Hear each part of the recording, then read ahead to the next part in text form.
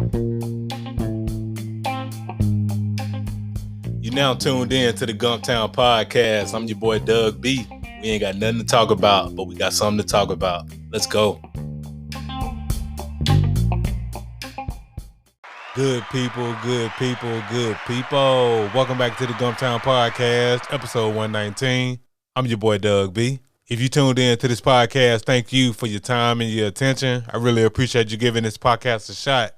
Today's guest is the owner and operator of Willis Animal Clinic. I'm looking forward to this conversation, and I'm sure we'll all be inspired by her story. Let's chop it up with Dr. Dana Willis-Henderson. Dr. Willis, how's it going? It's going well. How are you? Glad to hear that. All is well on my end, too. First things first, thank you for taking time out of your schedule to speak with me a few minutes. I really appreciate it. Well, thank you for having me. I'm really excited to be on. Yes, ma'am. Of course, we're here to talk about Willis Animal Clinic and all the great things you have going on with the company. But before we talk about the company, let's get to know the woman behind the company. So I know you were telling me offline that you were born and raised in Montgomery. What was your upbringing like coming up in the Gump? Montgomery is very unique. It's definitely family oriented. So I would say definitely being able to be raised with all your friends from every age, from small to high school, from elementary to high school. It was great. There's so much history here. So being involved in that sense, especially different organizations, family organizations, there's nothing like it. So being able to come back and then just see all your friends again, it's like even though you might not have seen them in 10, 15, 20 years, when you come back, it's like you just never missed a beat. So that is something that's so unique about Montgomery. It's always going to be home, no matter how long you've been away. Yes, ma'am. Awesome stuff. So I know you born and raised here and you ended up going to school in NOLA at Xavier University. What led to your decision to leave home to head down to NOLA? Well, New Orleans is definitely unique in itself. I have family, Mobile, and going in that direction. So I always thought of New Orleans as a second home because we always go to Bayou Classic, Mardi Gras, all those things. So it's absolutely something I was definitely familiar with. Xavier, always wanted to be in the medicine field, and Xavier was known for African-American going into medical school.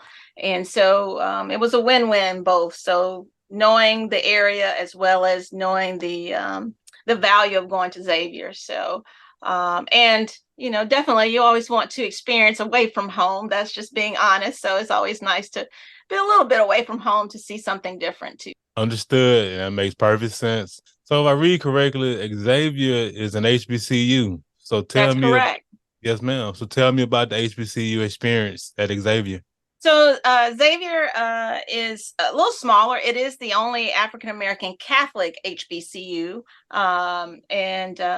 So it is a little smaller. It has grown significantly. And we are in the top 5. I think we're ranked number 2 or 3 right now in HBCUs. So it's definitely has its privileges. Xavier has a basketball team. We do not have a football team. So that was a little different. I'm always into football. So I had to learn to love basketball as well. And then being in New Orleans is just exciting in itself. So Xavier definitely has its different flair. So anybody can come to Xavier, and it's home too, just like Tuskegee. Yes, ma'am. Sound like you had a good time on campus. I did, on the probably yard. More than I should. Hey, that's what college is for. You graduated. That's the most important thing, Doc. Absolutely. Yes, ma'am. So you go on to graduate from Xavier, and then you head over to Tuskegee, correct?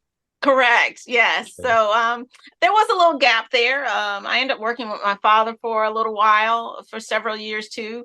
To be honest, just to let other young adults know, definitely those who are in school now, it's never too late to decide what you want to do. I did learn, everything does not go in a straight line. So for me, I did go to vet school for 1 year after finishing Xavier undergrad. And I left after that first year because I thought, that was not what I wanted to do. I wanted to do something else. So I was going to medical school.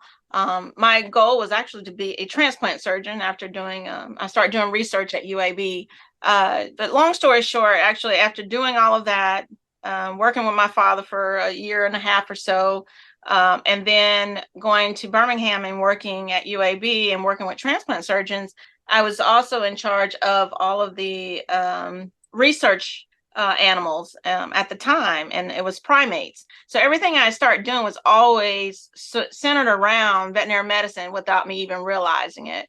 And so as time went along, I decided, hey, is this something I need to go back to? And sure enough, if you can't force things, and spiritually, you have to look at God will always guide you in the right direction. So I will say there were a couple people that asked me over and over again, hey, are you going back? Why don't you finish? And so I decided to, and then everything went in a straight line after that. I'm very grateful for the time and that gap. I learned a lot about myself growing up, and in a way, and then also getting experiences that have helped me throughout where I am today. So even though there was a few years of a gap after graduating and before going back to vet school, it really helped me to be where I am today. So I tell people, don't give up.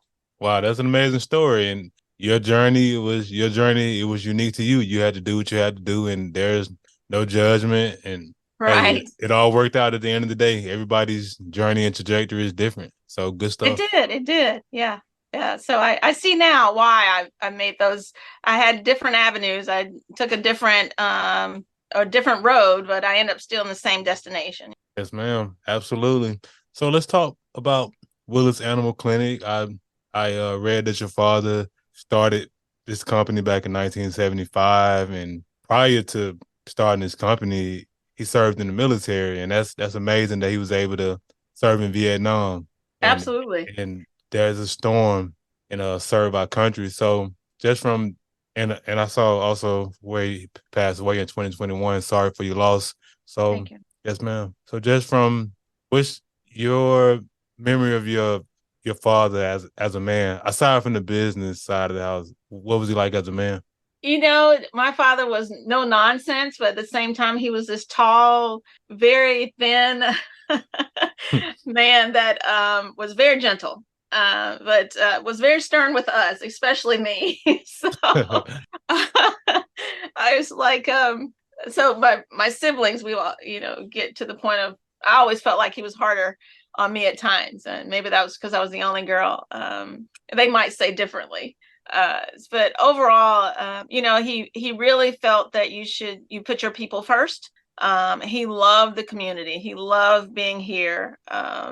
And he definitely believed in supporting the African American community. And he believed in also, he loved training kids and students and developing. No matter if you wanted to go in veterinary medicine or not, he wanted you to go to school. He believed in education. And so that was something all of us had to do, no matter what. So anybody that met him knows that he believed in that. I will tell you, he loved Tuskegee. That is his heart. He was from Selma as well. So, he was raised with all of the racial inequality that happened there. So he's very passionate about ensuring that everyone goes to school and get an education, and he believed in you having that self-worth, and there was nothing you couldn't achieve if you put the time in. Now, he was a very hard worker. That was one thing. He believed in you working hard, and that's something that I could tell anybody that worked with him or for him. He was very fair. At the same time, he was like, hey, you can't, nothing's worthwhile if you don't work hard for it too. Now, we have learned now you work smarter versus harder, but he believed in both. So I would say my work ethic I did get from him. Wow, that's an amazing story, and I appreciate you for sharing that. And yeah, I definitely saw him coming up in Selma, so I can only imagine what that was like during that time, the racial inequality. And despite the circumstances, he went on to do great things. Went to TU, served in the military, started his business, and he's still keeping the name alive. So sounds like your father, Dr. Willis, the late great Dr. Willis, he did great things with his time here on Earth. That's amazing. Yeah, he did. He will tell you that he walked 20 miles of school, which I'm like, okay, Dad, whatever. So, yes, he is one of those that he was diehard at working, and I remember asking for a raise. He looked at me like I was crazy. He said, "You have a roof over your head, right?" He said, "That's your raise." I'm like, okay. No worries. Hey, I definitely understand. So that's amazing. So you step in to take over the business once your father became ill. So I read prior to you taking over the family business, you were working in the corporate world. What was your experience working? Practicing in Las Vegas and then going into the corporate world, those are two different beasts, private and corporate. And to me, they have both have their strengths in the business world. So I would say it was great. It was great to be a female, African-American female, being able to grow in that sector. There are opportunities I was glad to be able to open for others. And some opened up for me, so one thing I did learn is that when you're in that arena, it is so important to take advantage of that and learn. The corporate world definitely believes in development. And then they're always thinking of different ways and trends. Not that private does not, especially in the veterinary world. But it was definitely a challenge for me to be able to move so fast in a fast-paced profession at the time. And that was during the late 2000s, I'm sorry. And I learned that multifaceted running hospitals, leadership, those things are really important. One thing I can say, I learned that self-development is really important as well. So if you don't know yourself, you can't be a leader to anyone else. So that is definitely one thing that the corporate world taught me. And that it's never, and then too, the flexibility that you can have. So, and I want people to know too, that even though you might start off in one area, it doesn't mean you can't go back, so the love of veterinary medicine, you have so many outlets. Me being a female, being, married, having children, all those types of things, you can decide what you want to do at certain times of your life, especially depending on where you are. You can take a step back, you can go fast forward, 10 times. And that's what the corporate world allows you to do. And then private sector allows you to do that to a certain degree as well. Amazing. That's amazing stuff. I read where you led a regional team of 8 medical directors that spanned over 145 hospitals and a $200 million annual budget. What was that experience managing all of those medical directors? Definitely, I wouldn't say it was easy. At the same time, I did have a team. I did have a partner. So it was great that I was able to do the medical side. Definitely the business side we still had to deal with, but I was able to have a team, somebody that what we call P&O, which is your, human resources per se. Mars calls it people and organization department. So, and then we also had someone that was our financial person, which was great. So I wasn't alone in having to run things for the market. I definitely had the person that was over the money per se. He was the VP of the group too. They now call it vice president of medicine of right now. So I was called regional manager at the time. It was definitely challenging. There's different personalities. At the same time, you have to learn what's in the best interest of the company. But then too, you can't forget about the people that you're around. I did find out that I was a little different from others in veterinary medicine. I was more into what we call, I don't know if you've taken the Myers-Briggs, but I am an ENFP. So Wow. I am an extrovert, but at the same time, I'm more into intuition and feelings and experience versus my counterparts. They're more into what's all on paper. So that was definitely something that was a challenge for me, because when it comes to running that many hospitals, just because what you see does not mean that's what's there. So you have to look at everything and make a decision. And sometimes you have to make tough decisions. And that's something I learned, but in the best interest of everyone, not just always a small individual, but you have to also look at who you're affecting at that point in time. But Make her. it was definitely an experience, and I loved it.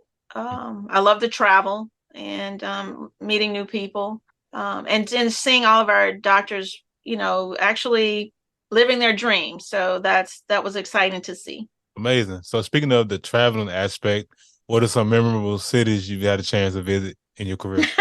Yeah, having the entire region of Midwest, believe it or not, I like Pittsburgh. I was really, amazed with Pittsburgh, but I got to travel many other places. I did like Minneapolis. I did not like the cold. I would say the first time I got to meet my team, I remember it was smack dab in the middle of winter. And I know it had to have been maybe 10 degrees and maybe felt like 10 below. So, to see someone go jog in the snow, I'm like, really? I was like, that is not me. So, that was pretty interesting. And I was like, oh my gosh, am I going to really be able to handle that? But I lived in Chicago. So my neighbors apologized. I just so happened to move into Chicago when they had the worst winter in 20 years. So, I love that type of weather, but I like it to melt too. So it's beautiful during the holidays. But Minneapolis is beautiful. Chicago definitely is beautiful. So I really enjoyed that. I did have an opportunity. We went to Toronto, which is nice, and that's a beautiful city too. So it was good. But I also like going to Portland, Oregon, which is where the office was at the time. Amazing. So you've had a chance to travel a few places, and I definitely agree with you about that Midwest cold. It's a different level Yeah. cold. I've I've never lived there, but I've traveled. I've been in Indianapolis during the wintertime, and yeah, Yes. it gets down in the teens, and it's not pretty. It's No, it's not. the wind be blowing, your face be hurting. So I trust me, I that's good stuff. Portland, I've heard Portland is a beautiful city. I haven't made it there yet, but I've heard Portland is very beautiful. Yes, just go after, like, say June, July, you can't miss it. August, beautiful, beautiful time. Yes, ma'am. So let's talk more about Willis Animal Clinic. What you all got going on over there? You know, we're very excited. Right now, we are actually we've continued all of the services that my father provided. We really truly believe in the basic care, preventative care. That's one thing my father wanted everyone to make sure their pets got all your vaccines, making sure that your pet is healthy. And what I mean by that, heartworm prevention, fecal, making sure they're dewormed on a regular basis. And that's something. So we are very excited to have. I went back to doing what we call a $99 special, which is great. So that because we believe everyone should be able to afford, healthcare. So we've tried to keep things where everyone can afford. Unfortunately, with COVID, as you know, has changed things. So we understand that, and we try to do our best to try to continue to keep things affordable for everyone. It's depending. So we just want everyone to be able to take care of their pets, and we're flexible. We can help in whatever way we can. And we try to provide options. But the main thing is coming in. One thing I want all of the clients to know is that you always have access to me as a doctor. They can't say that for all hospitals. Definitely can have that one-on-one. We definitely have it where we offer drop-offs for our working clients. It's good to be able to drop your pet off, and then you go to work, and then you just come back and pick up, and your baby's taken care of. And so then that's when the opportunity I have time to speak to them and tell them how their fur baby is doing and all the things that I recommend. So we also provide grooming on Saturdays, and then we have an appointment only on Wednesdays for that as well. And very, very big on dentistry. As we go, and if your dental health is not good, then the rest of your body's not good. So really trying to get clients to understand the importance of dental health, dental cleanings every year too. We provide boarding, which we're very happy about. They get walked several times a day.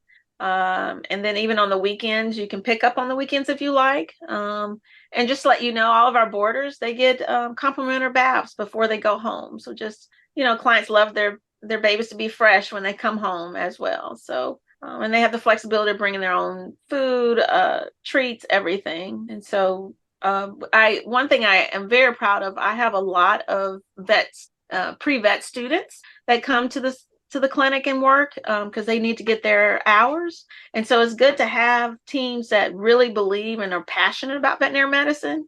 So everyone here is passionate about veterinary medicine that works with me. Either they have they're in vet school, or they are pre-vet, or if they're in high school, they plan to go to vet school. So that's one thing I'm very big on as well. Wow, that's amazing. You got a lot of great things going on over at the business. It sounds, for the pets, the fur babies, it sounds like an all-inclusive resort type of thing y'all got going on over there, and that's amazing. The pets can come get the shots, get treated health-wise, and y'all have the boarding services. Y'all take care of them and bathe them and all that good stuff. That's amazing. Like, I love to hear that stuff. That's good. Yes. And we have opportunities to grow, and we want to continue to do so. If everyone just gives us an opportunity, it's great, And it's being the only African American female owning a practice here in town. I don't know if people know that. So I know that young kids who have that desire to become a veterinarian, who love animals, it's always good to see someone that looks like you. So that's why I tell parents, hey, bring them by, let me meet them, have them come by. I have younger kids come by. I have started a program, and we'll continue it hopefully in the spring, where they can come and for the day and have the opportunity to walk through the clinic, and then also have a large animal veterinarian come and show how see larger animals and be exposed to horses and cows too. So I usually have Dr. Russell Johnson do that, and have Dr. Stephen Walker probably help us support that as well. And they're all from Tuskegee too. Okay, sounds good. And that's amazing that you are offering students an opportunity to come in and get some real world experience, because that's what matters in the workforce. You can have all the degrees and certifications you want, but if you don't have any proof that you've done the work, it's going to be very difficult to find those jobs. Yes, absolutely. And now you have to have both, right? It used to be just education. Now they're saying, do you have the experience and the education? So Right. Especially people who look like you and I, they move the goalposts, they're forever moving the goalposts. It's absolutely. I'm glad that I want them to know that Willis Animal Clinic is here. So if your child is interested, please bring them by. I love for them to know what that looks like, and know that and they're comfortable being here. I don't like it that they're not asked, or they're not given the opportunity to do things. So here they actually get experience, and they feel free to be able to ask questions, feel free to walk through the hospital, and mindfully so, we make sure that they're safe, and that, we definitely make sure that the parents understand safety precautions and that type of thing. But just to be able to feel like you're wanted to be able to come, and you want to be able to, allowed to learn and ask questions comfortably. That's why Willis Animal Clinic is. Yes, ma'am. So backing up a little bit, I know you made mention of the pandemic earlier while you were speaking. So speaking of the pandemic, 2020, that was a very interesting time for us all. We all know what happened in 2020. Everything shut down. Everybody was quarantining and things of that nature. Very serious time, very tumultuous time. People lost lives, but so definitely don't want to make light of it. But we know what that time period was. How did Willis Animal Clinic pivot and stay afloat during the pandemic? Miraculously, veterinary medicine as a whole did quite well. And the reason for that is that people end up being home more. So they start noticing things with their pets, like they didn't realize pets were, doing certain things, say hair loss. I'm just saying that for an example, or they start coughing. And so they were a little bit more alert and aware of their pets not feeling well, or things that they needed, and they had the more time to watch over them and look over and take care of them. So we actually had an increase in business during the COVID time. Unfortunately, we couldn't have people come into the practice, so we had to find ways to accommodate. And that means either a drop off or you call and we come pick up your baby from your car and bring them inside. So we had to change how we do business from that perspective because we had to protect the team as well as myself at the time. But more and more people started having pets because they needed something at home. So we saw a huge increase in pet ownership during that time.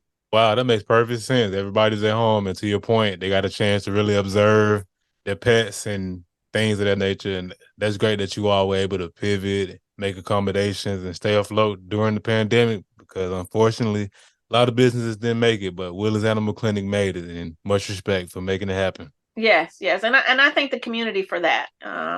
If it was not for them and their support, we would not be here. Yes, ma'am. Absolutely. Powerful stuff. So you've done great things with the animal clinic, and I know great things are coming down the pipeline, which leads to my next portion, vision. What are your short-term and long-term goals for the business? Would love to bring other different services. I believe that every pet should be enjoyable. So love to bring training to Willis Animal Clinic. Definitely would love to improve upon facilities as well and bring more daycare, boarding, things of that nature. But right now, it's I think for now to be able to support the community, we just want to continue to provide that one-on-one care, and so that we can keep costs down because it's hard times for the communities and Montgomery at this time and national and just overall with the economy. So short term is definitely continuing to provide the best care we can at the lowest cost that we can, but being mindful of where we are in the economic times. And then long term is definitely bringing more services, overall services for the community that would be better fit so that people understand the importance of pets. And then technology, improving upon that and, people understanding how to be able, right now there's an opportunity where pets owners can have it where I can monitor their pets at home. So you can have it where I can see that their pet's temperature is 104, and I can tell them what happens at midnight, what's going on, and it'll document it. So AI is really something. So over time, hopefully in the future, we can have our clients have those types of unique gadgets on their pets to be able to monitor how they're doing, and then it can be documented. And we can actually call you and tell you, hey, this is what's happening with your pet, and you might not even be aware of it. So the future is going to be really something in the next 5 to 10 years, actually probably before then. But hopefully Willis Animal Clinic can continue to grow in that direction. Ma'am, those are great goals, both short-term and long-term, and I have no doubt you make them all come to fruition. We shall see. Yes, ma'am. So I meant to ask this earlier, but I'll ask it now. So for you to be where you were in your career, climbing the corporate ladder, and to come back to take over the family business, it took a lot of courage, it took a lot of audacity to have climbed that corporate ladder and decide to come back to work for the family business. Who or what gave you that courage, that audacity to leave your corporate career behind to come work Willis Animal Clinic? I always had the desire to come back. And growing up with my father being and going what he went through, my mom went through, and knowing how the importance of it being here, I knew at the end of the day that I would want to come back and make sure that his legacy continued. But at the same time, I had to learn that I'm different from him as well. I'm still that legacy, but at the same time, I'm still Dana Willis, and but I will tell you, when my father was not feeling well, he told me, hey, you need to take over. So you do not tell my father no. So I'll be honest with you on that. But at the same time, I just know what was needed for the community because not everybody's going to support the west side of Montgomery. And so that is something he was very passionate about, and he wanted to make sure that Willis Animal Clinic stayed on this side of town because everybody deserves quality veterinary care, no matter where you live. and no matter who you are. So that was a promise I made to him. And coming and looking at all the experience I've had, I think that's helped me to be where I am today. If I had not had those experiences in the corporate sector as well as private sector in different parts of the country, I would not be here today. And being able to handle things, and being a female too, it's hard running a business as well. You have your ups and downs with that. So at the same time, it's a challenge, but then it's also rewarding. I have 2 girls, and for them to show them, hey, these are the things that you can do if you put your mind to it and you're smart about it. And you don't have to be the smartest person in the room. You just surround yourself around other people that are valuable, that love what they do. And you always want somebody smarter than you around, right? So to help you as well. So just learning those things from the corporate world and being able to practice in different places and having those experiences. And I actually got to work with a lot of other veterinarians. So being able to understand those different personalities, hopefully you feel like you're providing the best for Willis Animal Clinic, and I hope I can continue to do that. So, Yes, nothing's ma'am. perfect, but if you have the passion and the love for it, all the financial and all the enjoyment will come. Yes, ma'am. That's powerful stuff, and much respect to you for keeping your word, fulfilling the promise, and coming back. And you continue to carry the torch, and I know you will continue to carry on the great name that your father established for the clinic, and that's good stuff. Amazing. Absolutely. Yes, ma'am. As we wrap up the podcast, I want to ask a $1 million question. I started this podcast to highlight the greatness connected to the city, whether you were born here, lived here, or a significant period of your life, be it college, military, or work. You being from here, a hometown hero, what makes you the most proud to be from the Gump? Just the resilience of Montgomery, just knowing all the history, the deep history, and to know that we're still striving, and we continue to believe in ourselves and who we are as African Americans, but then also just knowing, hey, no matter what, we can stick together, and it's no matter what it's amazing what we can achieve if we stick together. And I would say with Montgomery, it's amazing to see all of the different career avenues and opportunities, whether you want to be, a veterinarian like myself, an entrepreneur owning, a business, or doing what you're doing in this sector, or being a lawyer. All these things, you see all these African American, whether it's male, female, doing great things, and it's just showing all the possibilities, even in this small Montgomery town, of what truly you can do, and supporting each other. And one thing I can say, and most people can say this, you can call somebody and say, hey, my daughter, my son wants to learn how to do this, or I need them to learn how to do this, or go here. You can find somebody here in Montgomery, and you know that, right? So that can help them. So that is one thing I can say about Montgomery. It is definitely a city of possibility. Yes, ma'am, without question. How can the people connect with you, Dr. Willis? What are your social media handles and website? I definitely, our website for Willis Animal Clinic is willisanimalclinic.net. You definitely can reach me, legacypetdr@gmail.com. And I'm also on, we started our Instagram, so look for us on Instagram, and I'm also on LinkedIn as Dana Willis-Henderson. Yes, ma'am. And of course, I'll put all of that information in the description of the episode. Hey, Dr. Willis, thanks again for the conversation. I really appreciate you. Absolutely. Thank you. And thank you for what you do for us every day. Yes, ma'am. Good people, that concludes another dope episode of the Gumptown Podcast. In the meantime, in between time, y'all know what to do. Be blessed, be safe, but most importantly, have the audacity to be you. Go.